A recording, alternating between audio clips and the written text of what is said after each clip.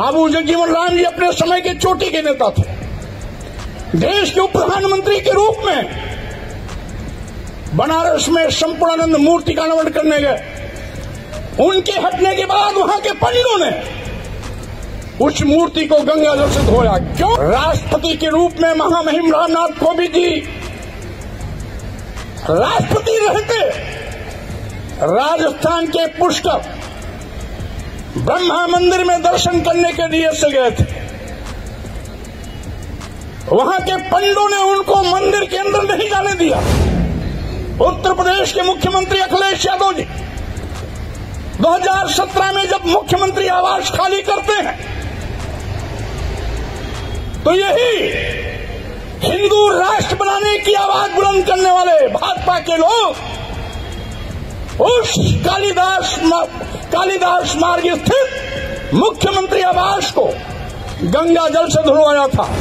क्या इनके तथाकथित उस ब्राह्मण व्यवस्था के पहले पायदान अगर ब्राह्मण व्यवस्था में पैदा हुआ तो कितना भी शील गुणहीन क्यों न हो, यानी चोर हो, लंपट हो, व्यभिचारी हो, दुराचारी हो, देशद्रोही हो, फिर भी उसका सम्मान करो क्योंकि वो ब्राह्मण समाज में पैदा हुआ है।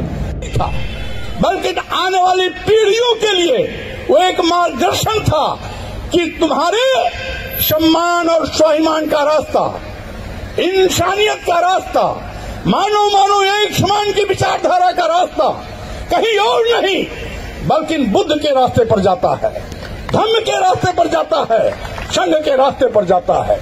इसीलिए साथियों मैं कहना चाहता हूं, आज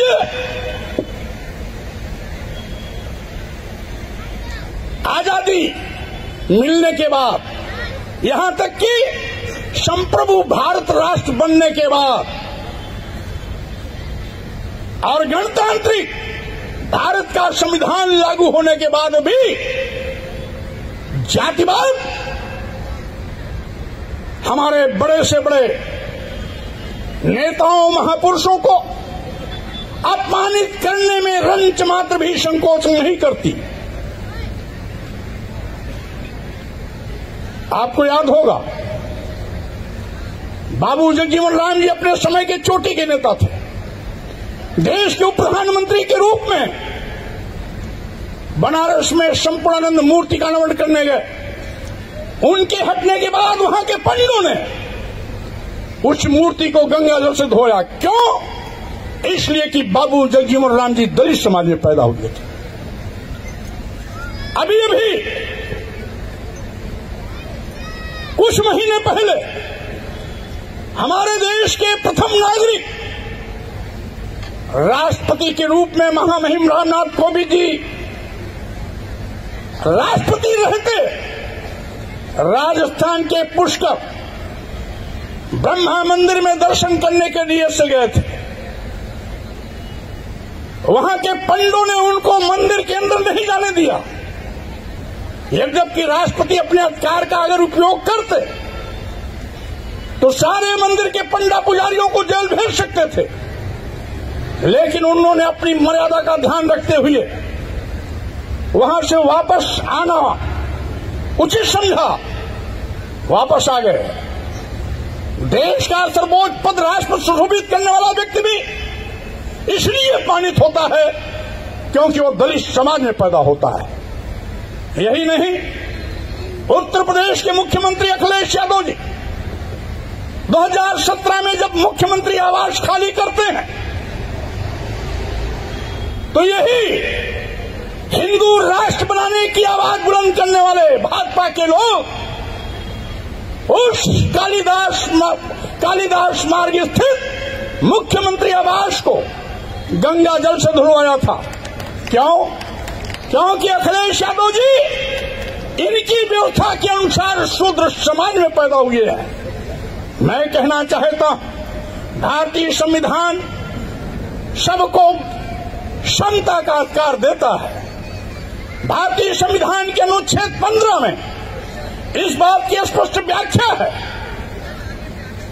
कि वर्ण, धर्म, जाति, लिंग और जन्म स्थान के आधार पर किसी के साथ कोई भेदभाव नहीं किया जाएगा।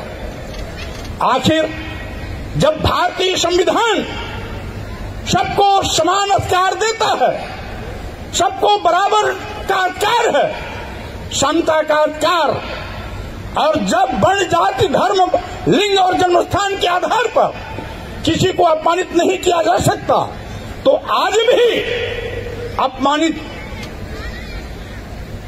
हमारे महापुरुषों को क्यों होना पड़ता है, नेताओं को क्यों होना पड़ता है? यही जातपात का जहर है, यही जातपात का जहर है।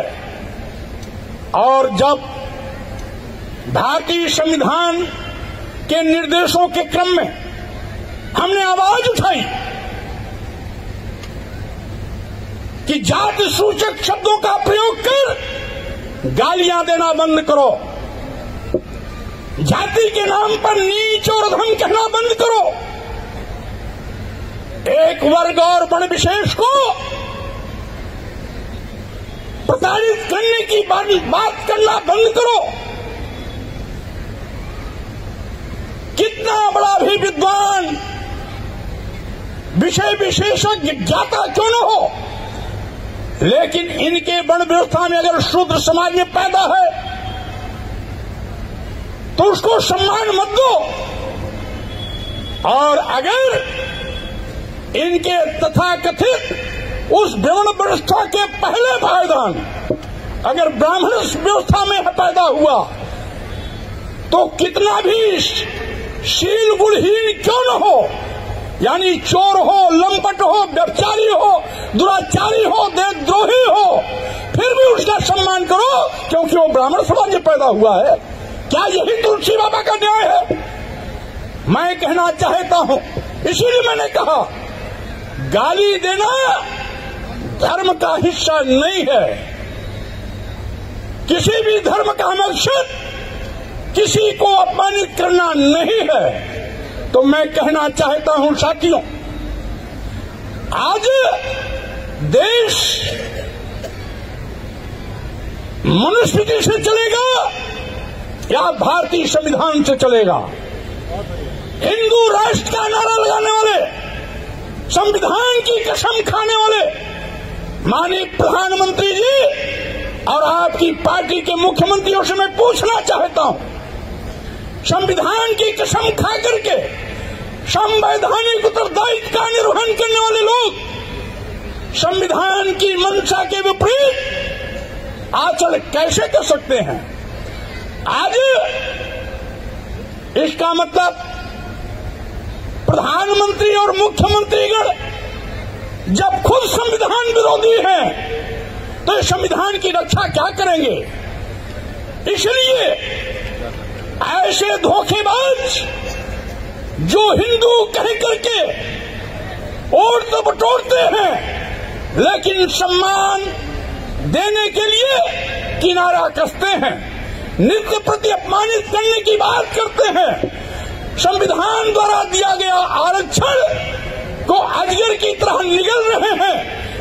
आज अनुसूचित जात, अनुसूचित जनजात और पिछड़ों के आरक्षण पर डकैती डाल रहे हैं, भारतीय संविधान की मान्यताओं को तोड़ रहे हैं। भारतीय संविधान जिन सरकारी संस्थानों में सरकारी नौकरियां देने की बात करती है उन सरकारी विभागों को अपने चहेते उद्योगपतियों के हाथों बेच रहे हैं। इसलिए आइए हम संकल्प लें कि आज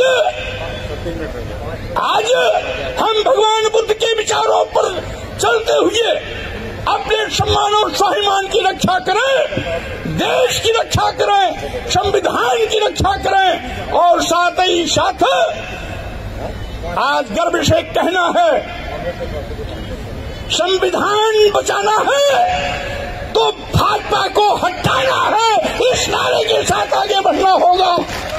आज देश को बचाना है, देश को बचाना है तो भाजपा को हटाना है, संविधान को बचाना है तो भाजपा को हटाना है। इन्हीं शब्दों के साथ मैं आप सबको बहुत बहुत धन्यवाद देते हुए अपनी बात पर विराम देता हूँ। जय भीम, जय भारत, नमो बुद्धाय। बहुजन विचारधारा को घर घर तक पहुंचाने के लिए हमारे YouTube चैनल को सब्सक्राइब करें, लाइक करें, कमेंट करें, शेयर करें और बेल आइकन की घंटी दबाना ना भूलें।